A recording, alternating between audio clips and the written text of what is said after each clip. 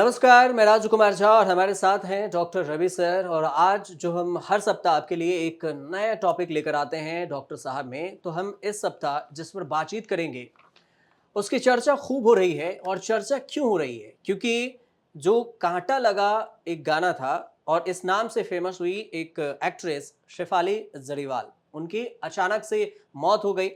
और उनके अचानक डेथ होने के बाद सेलेब्स के बीच में एक एंटी एजिंग ट्रीटमेंट है उसकी चर्चा खूब होने लगी। तो समझना जरूरी ये था कि एंटी एजिंग ट्रीटमेंट आखिर होता क्या है। अगर आप एक शब्द में, वैसे तो डॉक्टर रवि सर हैं, आपको विस्तार से बताएंगे, इसमें समझाएंगे, एक एक हम समझेंगे, लेकिन एक समय अगर समझें तो एक लाइन में समझिए कि क्या लाइमलाइट में रहने के लिए जो सितारे होते हैं, स्टार होते हैं, वो जवान बने रहने के लिए जिस ट्रीटमेंट और जिस ब्यूटी प्रोसेस या फिर जिस दवा के प्रक्रिया को अपनाते हैं, उसमें ही आता है एक एंटी एजिंग ट्रीटमेंट। तो सर, सबसे पहले न्यूज़ तक में आपका स्वागत है। सर, ये जो सबसे ज़्यादा सर चर्चा इस बात की हो रही है कि ये एंटी एजिंग ट्रीटमेंट आखिर है क्या? क्या होता है? क्या इसका कोई साइड इफ़ेक्ट है या नहीं है? इनसे ज़्यादा चर्चा है सर। तो आप ही बताएँ कि ये है क्या पहले सर? ये मुझे ना अपना रवैया बड़ा अजीब लगता है इंडिया का। जी। कोई स्टार का बेचारी की मौत हो गई तो उसके ऊपर पीछे पड़े, फिर किसी को गाड़ी ने उड़ा दिया, किसी अमीर बा के बेटे ने तो उसके पीछे पड़ गए। तो एक 3-4 दिन का न्यूज़ साइकिल होता है। जी। हाँ, ना हम डीप में देखते हैं किसी को, ना समझने की। और सिर्फ हम सितारों को दोष क्यों देते हैं? ऐसा हुँ, कौन-सा आदमी है, हुँ, जिसे ऐसा नहीं लगता कि वो जवान लगे, हुँ, तो हुँ, सब लोग कोशिश करते हैं जवान हुँ, रहने की। और हुँ, क्या हुँ। होता है ना, ये जो एजिंग कहते हैं हम, जी। ये एक निसर्ग चक्र होता है कि जैसे हुँ, आप आहिस्ता-आहिस्ता हुँ, नई सुबह पर नज़र है मगर उफ़! ये भी डर है, ये शहर भी हुँ, राफ्ता-राफ्ता कहीं शाम तक न पहुँचे। हुँ, तो हुँ, सबकी शहर है, सब शाम की तरफ मतलब हर रोज़ काट रहे हैं, शाम की तरफ जा रहे हैं। हुँ, तो उनको लगता है कि क्या हम ऐसे रोक सकें? हुँ, तो उसके रोकने के 2 तरीके होते हैं। मतलब हाँ, पहले हम फ़िलॉसफ़ी की बात करेंगे, फिर साइंस की। ठीक है। साइंस भी है उसमें, बहुत है, लेकिन हुँ, पहले हम फ़िलॉसफ़ी की बात करेंगे। हुँ, इंडिया में ना एकदम इसका फ़िलॉसफ़ी सब गलत है, हुँ, राइट? हुँ, क्योंकि ये जो हम लोग प्रिकॉशन से एक-दूसरे को मार रहे हैं, अभी हुँ, ज़रा प्रिकॉशन ले लो, अभी थोड़ा आहिस्ता करो, हुँ, अभी गोपी चाचा आप तो अब इस उम्र में ये मत करो। ये हुँ, इतना घटिया सेंटेंस है ना, हुँ, मतलब इस उम्र का क्या मतलब है? मेरा एक बहुत अच्छा दोस्त है यहाँ पे, हुँ, 82 साल का है, 82 हुँ, हुँ, हुँ, बहुत बड़ा बिज़नेसमैन है, हुँ, तो उसका सब सेट है, तो वो सोच रहा था एक नया प्लांट खोल दो, हुँ, हुँ, एकदम करोड़ों-करोड़ों का कर्जा लेगा, कुछ 5 कंट्रीज़ में प्लांट्स बनाएगा, तो सब लोग उसे कह रहे थे अभी तू लफड़े में मत पड़। हुँ, मैंने कहा तू अगर लफड़े में नहीं पड़ा, हुँ, तो बूढ़ा हो जाएगा, तो हुँ, करना है कर, बिंदास, राइट? तो हुँ, अभी हुँ, इतना जवान लगता है ना वो, हुँ, तो ये जो फिलॉसफी है ना, हुँ, कि उम्र सिर्फ एक नंबर है ना, हुँ, तो ऐसा ऐसा कभी बात करनी नहीं चाहिए, कि हुँ, अभी तो आपकी उम्र हो गई, ये मत करो। जो आप हुँ, काम कर सकते हो ठीक तरह से, हुँ, वो करो। और हुँ, अगर आपके पास कोई छोटी प्रॉब्लम है, ओके? हुँ, हुँ, तो अभी वो जो मेरा दोस्त था उसको कोई बड़े प्रॉब्लम आए थे, कुछ हुँ, उसका लोन सैंक्शन का था, ये इंटरनेशनल शिपिंग, बाद में कोविड आया, हुँ, हुँ, हुँ, तो अगर आपके पास छोटी प्रॉब्लम है और हुँ, आपको पता नहीं वो छोटी प्रॉब्लम का क्या करना है, तो हुँ, एक बड़ी प्रॉब्लम लेके आओ। सो हुँ, बड़ी प्रॉब्लम के मैं थोड़ी मज़ाक से बात कर रहा हूँ तन से, ये बड़े हुँ, प्रॉब्लम के सामने ये छोटी प्रॉब्लम तो छोटी लगेगी ना, और अंत में सब प्रॉब्लम छोटी होती है। हुँ, तो इसलिए मैं सिर्फ़ उम्र के लिए नहीं, हुँ, मैं डिसीज़ के लिए भी बोल देता हूँ लोगों हुँ, को, हुँ, कि आपने व्हाट्सएप ग्रुप में मत डालो, कि कुछ हुँ, आपका हार्ट का हो गया व्हाट्सएप ग्रुप में डाल दिया, 20 साल बाद जब दोस्त मिलेंगे सिर्फ़ यही पूछेंगे, हुँ, कि वो एक शेर था ना, हमारी हुँ, ज़िंदगी में ताज्जुब न था, हमारी मौत पे हैरानियाँ है। हुँ, 20 साल बाद दोस्त मिलेंगे तो वही पूछेंगे, तुम्हारी सेहत पे ताज्जुब न था, तुम्हारी ज़िंदगी पे हैरानियाँ है, हुँ, कि ये हुँ, अभी तक कैसा चल रहा है? अब सब ठीक हो ना भाई, अब थोड़ा धीमे ले ले। ये जो हुँ, धीमे ले ले जो सेंटेंस होता है ना, हुँ, वो अक्सर वो लोग करते हैं, वो खुद धीमे होते हैं, वो खुद हुँ, धीमे होते हैं और दूसरों को पा पैर पकड़ना चाहते हैं।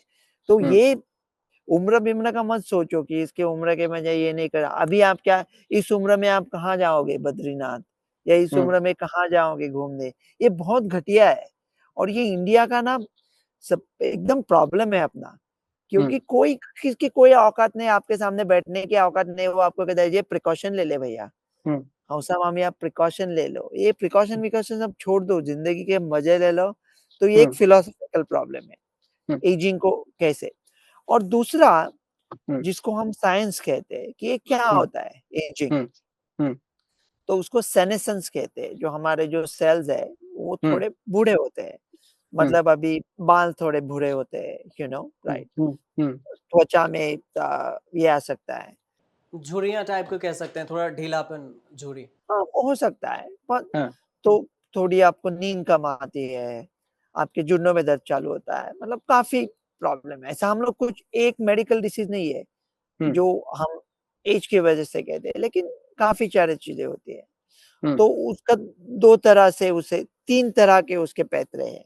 हुँ, एक है जिसको कॉस्मेटिक बोलते हैं, मतलब राइट। अगर रिंकल्स आए तो बोटॉक्स का इंजेक्शन ले लिया, अच्छा, विटामिन ठीक सी है। लिया, राइट। हुँ, सो रिंकल्स के लिए त्वचा को सीरम लगाया, हाँ, इधर सर्जरी कर दिया, लिपोसक्शन कर दिया, हेयर ट्रांसप्लांट कर मतलब हेयर ट्रांसप्लांट तो अलग चीज़ है, राइट। हुँ, हुँ। लेकिन इसको जो कॉस्मेटिक चीज़ें कहते हैं वो, हाँ, जैसे लेकिन फिलर कॉस्मेटिक है, लेज़र हाँ, है, तो रेडियो कॉस्मेटिक फ्रीक्वेंसी है। हाँ, तो कोलेजन बढ़ाते हैं, लेकिन कॉस्मेटिक कब तक चलेगी? वो बरसात की रात करके एक पुराना मूवी था ना, उसमें गाना है कि हुँ, हम अपने चेहरे से पर्दा उठा तो दे लेंगे, हुँ, 4 दिन में इस हुस्न का हाल क्या होगा, हुँ, कि 4 हुँ, दिन में इस हुस्न का हाल क्या होगा? हुँ, हुँ, तो ये कॉस्मेटिक है। हुँ, दूसरा है कि बाबा केमिकल ट्रीटमेंट कर सकते हैं। हुँ, केमिकल ट्रीटमेंट का मतलब क्या है? कि ये जो सेल्स का जो बूढ़ापापन आता है सेल्स में, आपके पेशी में, हुँ, तो वो ऑक्सीडेशन की स्ट्रेस की वजह से होता है हुँ, और वो ऑक्सीडेशन की स्ट्रेस माइटोकॉन्ड्रिया में होता है। तो हुँ, इसका एक एफिशिएंट साइकिल होता है, इनएफिशिएंट साइकिल होता है। हुँ, तो वो माइटोकॉन्ड्रियल लेवल पर ऑक्सीडेटिव स्ट्रेस कम करने के लिए लोग हुँ, कुछ दवाई खा सकते हैं। हुँ, जैसे कि CoQ10 है, वो काफ़ी हुँ, लोग लेते हैं। जो लोग हुँ, कोलेस्टेरॉल की दवा लेते हैं, उसके साथ CoQ10 लेते हैं। वो कुछ हद तक सेफ भी है, लेकिन डॉक्टर के साथ बात करे बगैर ऐसा कुछ नहीं करना चाहिए। हुँ, अभी विटामिन सी लेते हैं मुँह से, उसका इंजेक्शन भी लगता है। हुँ, लेकिन विटामिन सी अगर आप मुँह से ले सकते हो, तो हुँ, इंजेक्शन देने का कोई मतलब ही नहीं है। हुँ, मतलब आपको ₹5 का पेन है और आप कहते हैं, आप बड़े सयाने स्टूडेंट हो, आपको अच्छा पेन चाहिए। मैं कहता हूँ चलो इसी पेन के ₹10 दे दो, हाँ, तो ये विटामिन सी इंजेक्शन से लेने का कोई मतलब ही नहीं है। फिर वो ग्लूटाथायोन है, शायद वो चर्चा हो रही थी कि वो हाँ, फ़िल्म राइट, में राइट। लोग ये ले रहे हैं ग्लूटाथायोन, वो हाँ, भी एंटीऑक्सीडेंट है। तो अच्छा। इंजेक्शन से अगर ले रहे हैं तो जनरली लोग लेते हैं, वो मुँह से भी हुँ, खा सकते हैं।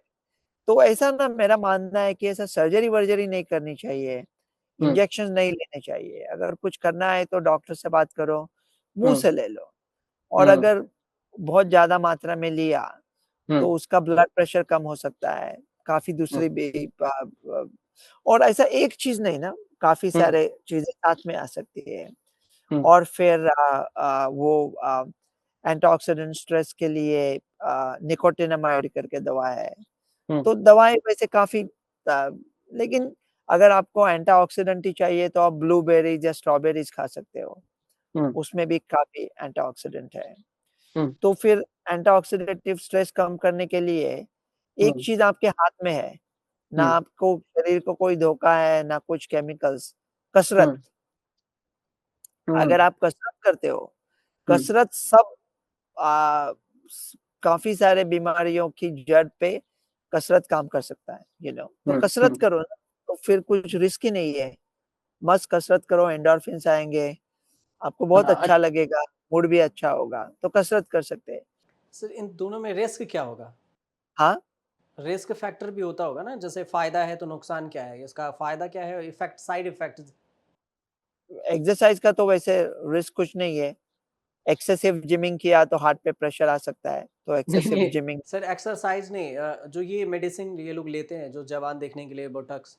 ऑक्सीडेटिव स्ट्रेस का वैसे जनरली उनके कुछ ज़्यादा साइड इफ़ेक्ट्स नहीं है, हुँ, राइट। हुँ, लेकिन ब्लड प्रेशर कम हो सकता है और हुँ, क्या होता है ना कि हुँ, आपको बाकी की बीमारियाँ भी हो सकती है। आप कुछ बाकी दवाइयाँ खा रहे हो, शायद विटामिन खा रहे हो, उसका हुँ, उसके साथ कुछ इंटरैक्शन हो, कुछ हुँ, आपका त्योहार चल रहा है, कुछ रिलीजन चल रहा है, आपने हुँ, कुछ फास्टिंग कर दिया एक्सेसिव, वो हुँ, एक्सेसिव फास्टिंग और इसका कुछ बनी नहीं, तो हुँ, ऐसे काफ़ी चीज़ें होती है जो हमारे समझ के बाहर होती है या हुँ, अचानक वो सो कहते हैं ना सब दुष्ट ग्रह साथ में आते हैं, तो हुँ, ऐसा कुछ हो सकता है। हुँ, और जो तीसरा उसका ट्रीटमेंट है, हुँ, वो जेनेटिक ट्रीटमेंट है। जेनेटिक ट्रीटमेंट मतलब वो अभी आया नहीं है, हाँ, लेकिन जेनेटिक में उसके ऊपर काम चल रहा है। अभी माइस के ऊपर काम चला था, हाँ, ठीक चला। चीन में भी बहुत अच्छा रिसर्च चल रहा है। हाँ, मतलब चीन तो अभी बहुत आगे दौड़ रहा है, हाँ, रिसर्च में बहुत ही अच्छा रिसर्च चल रहा है हुँ, चीन में। अभी तो चीन में एक ऑर्गन कृत्रिम तरह से ह्यूमन ऑर्गन्स वो बना रहे हैं। हाँ, तो अभी ऑर्गन ट्रांसप्लांटेशन का सब उधर का चीन का मामला ही खत्म हो जाएगा। कोई वेटिंग लिस्ट नहीं होगी, क्योंकि हाँ, वो कृत्रिम तरह से बना। तो ये रिसर्च क्या है जेनेटिक्स कि ये हाँ, जो आपके क्रोमोसोम होते हैं, हुँ, वो थोड़े अगर बूढ़े हो रहे हैं, हुँ, तो उनमें से जीन का एडिटिंग कर लिया।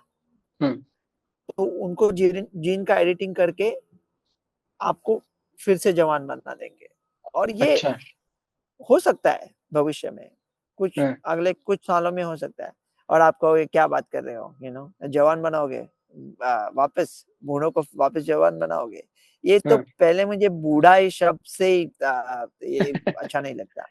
और हाँ, दूसरा क्या है ना हाँ, कि अभी 100 साल पहले जाओ, ओके, 1925 हुँ, अंग्रेज बड़ी तेजी से भारत पे राज कर रहे थे, हुँ, हुँ, और तब किसी ने सोचा कि क्या इंडिया को वो क्रिकेट खेलने देंगे इंग्लैंड में, हुँ, किसी ने सोचा भी नहीं था।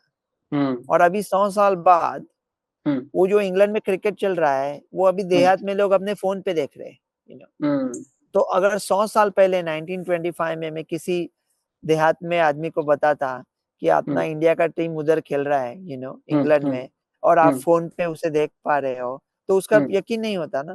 तो हुँ, शायद 10-15 साल में ऐसा जेनेटिक ट्रीटमेंट आएगा।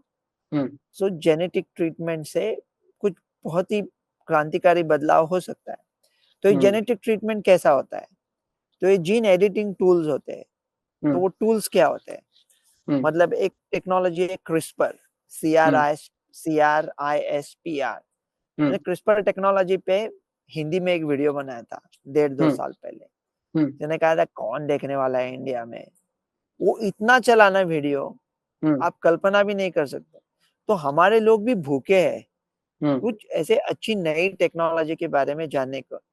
हुँ, और क्रिस्पर से और एक जीन एडिटिंग का टूल होता है, हुँ, और वो जीन एडिटिंग का टूल होता है एमआरएनए। अच्छा, जो अमेरिका के वैक्सीन है ना, फाइजर हाँ, और मॉडर्ना, वो हाँ, एमआरएनए। तो एमआरएनए एक टूल होता है, एमआरएनए एक टेक्निक होता है। तो हुँ, देखो, कल परसों ही हमने कोविड वैक्सीन की बात की थी। हुँ, तो इंडिया में तो ये आए नहीं थे, फाइजर हुँ, मॉडर्ना। हुँ, और अभी इसमें राजनीति आ गई है कि उल्टे-सुल्टे बोल रहे हैं कि आपका जीनोम चेंज हो गया है, ये एमआरएनए वैक्सीन की वजह से ये हो गया, वो हो गया। वो तो अब ये सब चलता रहेगा सोशल हुँ, मीडिया के ज़माने में।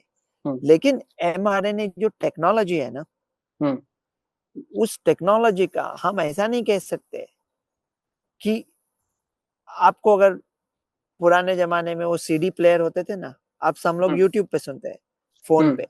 हुँ, पुराने ज़माने में सीडी प्लेयर होते थे। हुँ, तो मैंने आपको सीडी प्लेयर दिया और उसमें गाने लगे हैं सोने पे सुहागा मूवी के। हुँ, आपने कहा मुझे सोने पे सुहागा अच्छा ही नहीं लगता, मेरे को बरसात की रात सुनना है। हुँ, बोला राजू भाई आप सीडी प्लेयर तो ले लो। हाँ, अगर आपके पास सीडी प्लेयर है तो आपको इजेक्ट बटन दबा के वो सोने का सीडी निकाल के आप बरसात के रात का सीडी डाल सकते हैं ना उसमें। हुँ, इसलिए मैं बहुत मायूस हुआ था, जब इंडिया ने इतनी बेरहमी से वो एमआरएनए टेक्नोलॉजी को ठुकराया था। और मैं हुँ, अपने वीडियो पे कुछ कमेंट्स देख रहा था, मतलब हुँ, क्या सब अक्ल के दुश्मन बैठे हैं कुछ लोग, कहते हैं हुँ, क्या बिग फार्मा से पैसे लेते हो? अरे ज़िंदगी में 1 साल पैसा नहीं लिया। एक एक एक पैसा भी नहीं, 1 साल नहीं, 1 पैसा भी नहीं लिया किसी कमीशन में। क्या बिग हम्म। फार्मा क्या डॉक्टर रवि को खरीदेगा? कुछ भी अनाप शनाप बातें करते हैं बेवकूफ लोग, हम्म। तो ये जो mRNA टेक्नोलॉजी है, हम्म। वो टेक्नोलॉजी को इंडिया ने ठुकराया। हम्म। कहते हैं हमारे पास कोल्ड स्टोरेज नहीं है। अरे चांद के पिछवाड़े पे लात मारने वाले लोग जो जापान को जीडीपी में पीछे छोड़ गए, उनके पास कोल्ड स्टोरेज नहीं है। हम्म। चार 4 करोड़ 2 करोड़ी का हम ड्राई आइस नहीं बना सकते। तो वो mRNA टेक्नोलॉजी को इंडिया ने अपनाना चाहिए था। अभी भी हम्म। समय गया नहीं है। हम्म।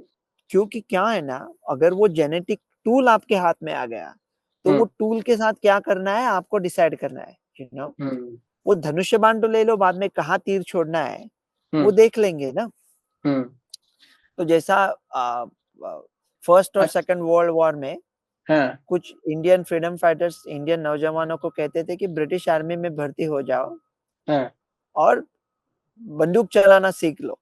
हम्म। अगर बंदूक आपके हाथ में है तो बंदूक का जो निशाना है वो किस हम्म। तरफ होना चाहिए उसका फैसला भी बाद में आपके हाथ में आ सकता है। तो पहले हम्म। बंदूक चलाना तो सीख लो, ऐसा बंदूक वगैरह की बात नहीं करते, हथियार की। हम्म। लेकिन ये mRNA एक एडिटिंग टूल है। तो हम्म। इसे ये सब जीन एडिटिंग, और ये सिर्फ बुढ़ापे के लिए या एंटी एजिंग के लिए नहीं है। हम्म। इतने इंडिया में सिकल सेल के डिसीज होते हैं, सिकल सेल हाँ। डिसीज होता है, हाँ। काफी सारी जेनेटिक बीमारियां होती है। हम्म। उन जेनेटिक बीमारियों का हम इलाज कर सकते हैं, जीन में जाके एडिट मार सकते हैं। फिर हम्म। या को जाके एडिटिंग कर दिया तो वो ठीक हो गया। इंट्रा हम्म। यूटेरस एडिटिंग कर सकते हैं, हम्म। मतलब वो बच्चा, हमने वो जो सिंड्रोम की बात की थी, वो बच्चा हाँ। पैदा होने के पहले जाके कुछ कर सकते। तो ये भविष्य जेनेटिक टेक्नोलॉजी का बहुत उज्जवल है। और अमेरिका तो में तो कुछ सवाल ही नहीं है, बहुत ही अच्छा फास्ट काम चल रहा है। हम्म। और अगर विश्व का हाँ। हमें भविष्य सुधारना है तो इंडिया हम्म। को इस टेक्नोलॉजी को अपनाना पड़ेगा, क्योंकि अमेरिका से आएगी लेकिन बहुत महंगी आएगी। हम्म। तो हमेशा हर वीडियो में मैं वही बात दोहराता रहता हूँ कि अगर इंडिया ये टेक्नोलॉजी अपना लेता है तो इंडिया कुछ जुगाड़ निकालेगा ताकि हम्म। सब लोगों को ये आसानी से हाथ में आए, खर्चा उसका ज्यादा ना हो। लेकिन भविष्य बहुत उज्जवल लग रहा है। सर, खर्चा की बात हुई है तो मैं ये सोच रहा हूँ कि जो एंटी एजिंग ट्रीटमेंट है, इसमें दो सवाल मेरे जहन में है कि एक तो ट्रीटमेंट ये काम कैसे करता होगा, ये तो हमने अभी समझा कि ये जवान रखने के लिए ट्रीटमेंट होता है, थेरेपी जो भी है। लेकिन इसकी इसमें समय कितना लगता है और इस ट्रीटमेंट पे जो खर्च है उसका कुछ आंकड़ा या अंदाज आप ये जो बता सकते हैं? इंडस्ट्री है, ये जी। इंडस्ट्री है अभी 640,000 करोड़ रुपए की इंडस्ट्री है सालाना। सिर्फ ये ट्रीटमेंट के? हाँ, 640,000 करोड़। और उसमें से 40% पैसा अमेरिका खर्च करता है, अच्छा। अमेरिकन लोग खर्च करते हैं। ये अमेरिकन कंज्यूमर को छोड़ दिया ना, हाँ। मैं बड़ी प्यार इज्जत और नम्रता से कह रहा हूँ, अमेरिकन कंज्यूमर को छोड़ दिया तो पूरे विश्व की सारे कंपनी का बैंड ही बज जाएगा। वो हम्म। जिंदगी से ही उठ जाएंगे। वो सब पैसा अगर यहाँ पे ही खर्च होता है, लोग यहीं हम्म। पे खर्च करते हैं, राइट। तो ये बहुत ही, और ऐसा नहीं कि अगर आपने इंडस्ट्री खोल दी, हम्म। हम्म। अगर आपने इंडस्ट्री खोल दी कुछ सीरम की, यूथ सीरम हम्म। की, और हम्म। अचानक जीन एडिटिंग टेक्नोलॉजी आ गया, हम्म। तो आपका तो पूरा इन्वेस्टमेंट गया पानी में ना। तो हम्म। फिर भी आप जितना आपका आपने जितना प्रोडक्ट बनाया है, जब तक वो खत्म नहीं होता आप तब बेचते रहोगे ना, राइट। हम्म। हम्म। तो ये अभी इंडस्ट्री में काफी लोग ऐसे भी आ गए कि उनके लिए सिर्फ ये पेशा है, हम्म। मतलब मेडिसिन दिन के अंत में, at the end of the day, ये ऐसा पेशा नहीं है ना, ये बिजनेस नहीं है ना। कोई आदमी परेशान है, हम उसकी मदद करने की कोशिश कर रहे हैं। लेकिन ये एंटी एजिंग तो अभी पेशा है, इसमें बहुत पैसा है। इसमें साउथ कोरिया में क्या कितना उधर प्रोडक्ट्स बनाते हैं, यूएस में प्रोडक्ट बनाते हैं, अभी यूरोप भी पीछे नहीं है, हाँ। हाँ। तो ये बहुत बड़ा इंडस्ट्री है, खर्चा भी बहुत होता है। और हमारा मनुष्य स्वभाव भी ऐसा है ना कि अगर हम्म। हमने, अगर देखो, शर्ट निकाला, बनियान डाला और हम्म। 40 मिनट एक्सरसाइज किया तो उससे आपसे सबसे ज्यादा फायदा होगा। हम्म। लेकिन आप क्या कह रहे हो, 40 मिनट क्या पसीने में? और मैंने कहा आप ये 25,000 ले लो और ये हम्म। 2 गोली खाने, तो आपको आपको इतना अच्छा लगेगा ना, आपको इतना सुकून होगा हाँ, कि कुछ अरे करना नहीं पच्चीस पड़ेगा, हजार का बैठे लिया, हाँ बैठाए हाँ बस 25,000 पैसा। का लिया है, राइट, हाँ। हाँ। तो ये वो 25 रुपए के बनियान पहन के अगर आपने 25 मिनट एक्सरसाइज किया तो आपको बहुत ज़्यादा फ़ायदा होगा उससे, हाँ, मतलब यही है सब तो जो कई सारे स्लेब्स हैं जो कोई विटामिन्स के ले रहे हैं, कोई ग्लूटाथियोन वो जो आपने बताया था वो है, हाइड्रेशन से भरा हुआ जो शायद एक आईवी फाइ आईवी है शायद, अगर ये है तो। तो इसका भी ड्रिप ले रहे हैं और मतलब ये जो सर ट्रीटमेंट है, सबसे बड़ी बात ये है कि अंत में हम ये समझना चाहेंगे कि सर एंटी एजिंग ट्रीटमेंट की ज़रूरत क्यों लोगों को महसूस होती है? जो स्टार हैं ज़्यादातर या फिर ये जो बिज़नेसमैन हैं तो ज़्यादातर अरबपति या फिर पैसों वाले ही यूज़ करते होंगे अगर ऐसी बात है तो इसमें एंटी एजिंग जो ट्रीटमेंट है कि हम जवान दिखते रहें या ग्लैमरस इंडस्ट्री के लोग हैं, क्या ऐसा है क्या? नो सब लोगों को वही लगता है ना, वो जवान लगे, जवान दिखे, तो सब सब लोग के हाँ, मन में वो इच्छा होती है। तो एंटरटेनमेंट इंडस्ट्री में तो आ, होता है क्योंकि उनकी रोजी-रोटी उस पर है ना, वो जवान हाँ, देने। राइट। वैसे इंडिया में कुछ होता नहीं है। देखो ना अभी हम लोग कुछ-कुछ एरियाज़ में कितने पीछे हैं। जो हीरो हुँ, होता है, हुँ, उसकी उम्र 70 मतलब कितनी भी उम्र हो और जैसा हुँ, मैंने कहा उम्र का लिहाज़ नहीं करना चाहिए, जो आपके मन में है करो। लेकिन हुँ, वो हीरो के काम करेगा, वो कॉलेज स्टूडेंट दिखाएँगे। लेकिन हाँ, हीरोइन को कोई रोल नहीं देता, ये अच्छी बात नहीं है, ये इक्वालिटी हाँ, होनी ये भी है, चाहिए सेक्स में, हाँ। ये भी है सर। तो मतलब कुल मिलाकर देखें तो ये एंटी जो एजिंग ट्रीटमेंट है मतलब अपने हिसाब से देखें तो कहीं पे अच्छी भी है और कहीं पे इसके आपके साइड इफ़ेक्ट भी ख़राब हो सकते हैं, आपके सेहत पे असर तो होता साइड ही है। इफेक्ट्स ऐसा मुँह से कुछ केमिकल खाने के पहले सोचना चाहिए ना, कि ये हाँ, केमिकल्स क्या कर रहे हैं आपके बॉडी में। और हाँ, थोड़ा प्लेसिबो इफेक्ट भी होता है 30% आपने कुछ महँगी दवाई खरीदी है और खा ली है तो आपको लगेगा ना कि अभी मुझे एकदम बहुत अच्छा लग रहा है, बहुत कुछ अलग लग रहा है। हुँ। और अगर आप अच्छा लगने में पैसा खर्च करने से आपको अच्छा लगता है तो करो, मतलब उसमें कोई हर्ज नहीं है।